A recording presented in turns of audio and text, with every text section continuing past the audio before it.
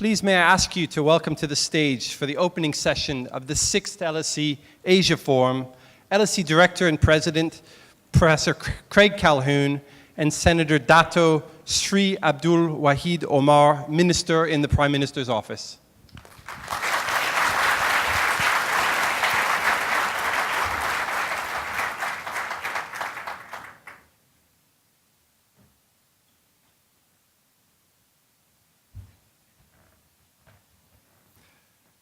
Your Excellency, ladies and gentlemen,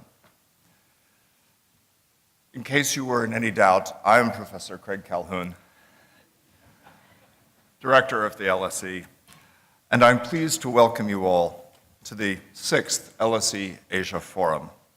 I'm delighted to see so many of you here today. It's a wonderful turnout, and it's terrific to have so many of our alumni back with us. We anticipate a day of lively discussion, debate. There will always be debate. This is the LSE, after all, and discourse on a range of topics.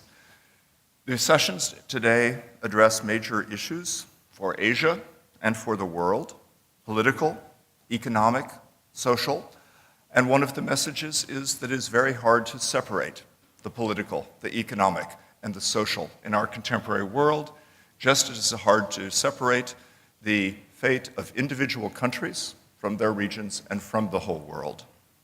I'm extremely pleased to see so many alumni, friends, and supporters of the school in the audience.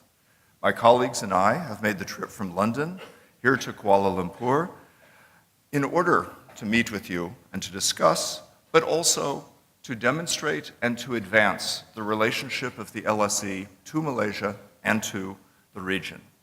Let me extend also a warm welcome to all of those who are watching online. The LSE is honored that Senator Dato Sri Abdul Wahid Omar, Minister in the Prime Minister's Department, has been able to join us today to deliver the keynote address at this LSE Asia Forum on behalf of the Prime Minister of Malaysia. Minister, we are most grateful to you for stepping in at short notice to represent the Prime Minister. We understand that the Prime Minister is undertaking a visit overseas to advance the search for missing Malaysia Airlines Flight 370, an important evidence of international collaboration. All of us here in the hall today, Minister, are all too aware of the tragic events surrounding the disappearance of this flight. Please let me take this opportunity to put on record that my thoughts and those of the LSE community are with you, the people of Malaysia, and all of those affected across the region and globally by these terrible events. We very much hope that some form of closure comes soon for all those involved. Given these circumstances, we are especially grateful that you have been able to find time to be with us today.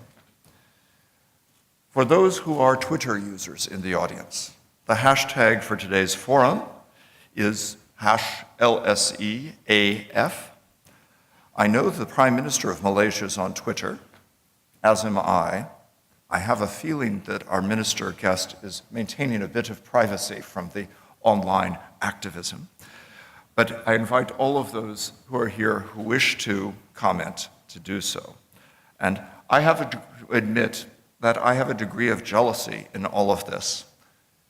I have 10 or 12,000 followers, and I thought that was a lot, but I note that the Prime Minister of Malaysia has 1.97 million Twitter followers.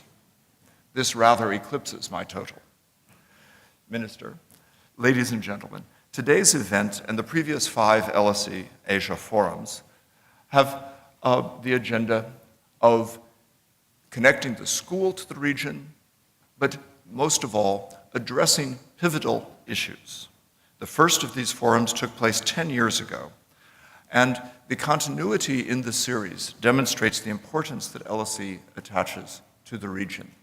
We think of ourselves increasingly as an Asian university, a global university, as well as a British university, because our work takes up issues that are common to all of these. This relationship started soon after the founding of the LSE in 1895. 2 of the founders of the LSE, Beatrice and Sidney Webb, visited a great many of the countries of this region, including Malaysia. Over more than a century since then, substantive, cultural, academic, and research links between the LSE and Asia have developed strongly.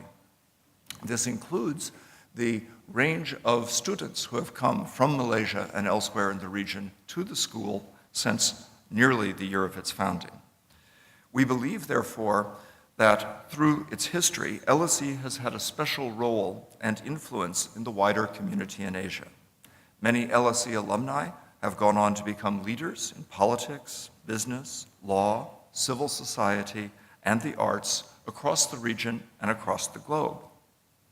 Some of you who are here qualify for this distinction as important leaders among our alumni. We are very proud of our alumni family, and therefore I was pleased yesterday that a new generation of students from this region and this country graduated from LSE at our first ever graduation ceremony in Malaysia. Many congratulations to all of them.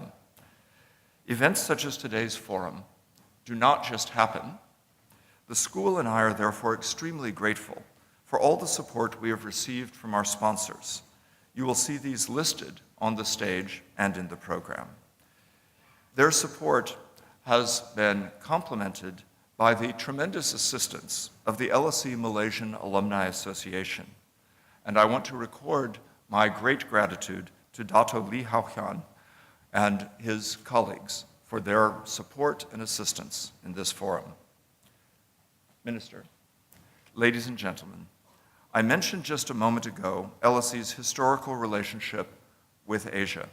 That relationship is demonstrated today in a variety of ways, from the double degree programs we offer in partnership with Beijing University, BEDA, and the National University of Singapore, major social and health sciences research programs, including one run in collaboration with the Tata Institute of Social Sciences and the Tata Trusts in India. There's a PhD student exchange with the Department of Economics at the University of Tokyo, as well as others with NUS in a range of fields. And there are countless individual academic collaborations between LSE staff and their colleagues from a range of universities and other institutions, research institutions, think tanks, indeed government departments, all across Asia. I am pleased to be able to make an announcement this morning of something new in this history of collaborations between the LSE and the region. Our relationship will strengthen yet further because we are about to establish a new Southeast Asia Center at the LSE and as a bridge between the LSE in London and the region. This will be at once a physical center in London, bringing together the strengths and expertise of the LSE on the region of Southeast Asia, and at the same time a virtual center and a bridge that is building relationships throughout Southeast Asia, including here in Malaysia. This new center has been made possible by generous donations from one of our most prominent Asian graduates, Professor Saw Swee Hock. The Saw Swee Hock Southeast Asia Center will address interdisciplinary analysis of policy questions facing Southeast Asia, while strengthening further our engagements in research, in teaching, and in public policy throughout the ASEAN region. I am pleased, moreover, to tell you today that the new center will be directed by my Malaysian-born academic colleague, the very distinguished economist, Professor Danny Quah. Danny, who is with us today, is Professor of Economics and International Development at the LSE, and I am pleased to say is also demonstrative of an interdisciplinary set of relations at the LSE. He is a leading economist, but he is an economist who also works to connect economic knowledge to public policy issues through collaboration and recognition of the importance of other perspectives and the need for interdisciplinary research. He is a leading expert on the rise of Asia, and indeed will address some of that here in this conference. His links to Malaysia are crucial to his work. They give a perspective that is important, although the work is regional and global, as well as national. I cannot think of a more appropriate setting to announce this exciting new development, and I cannot think of a more appropriate leader than Professor Danny Quah.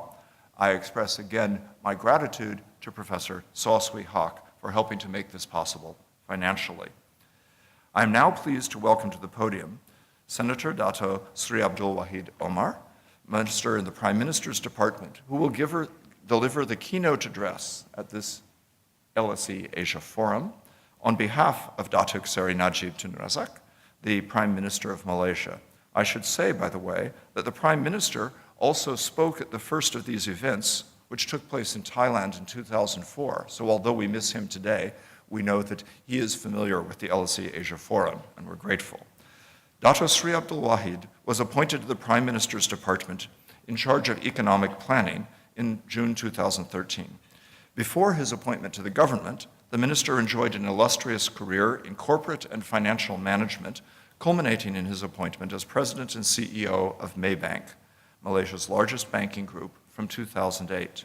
I would ask you all to give a very warm welcome to the minister.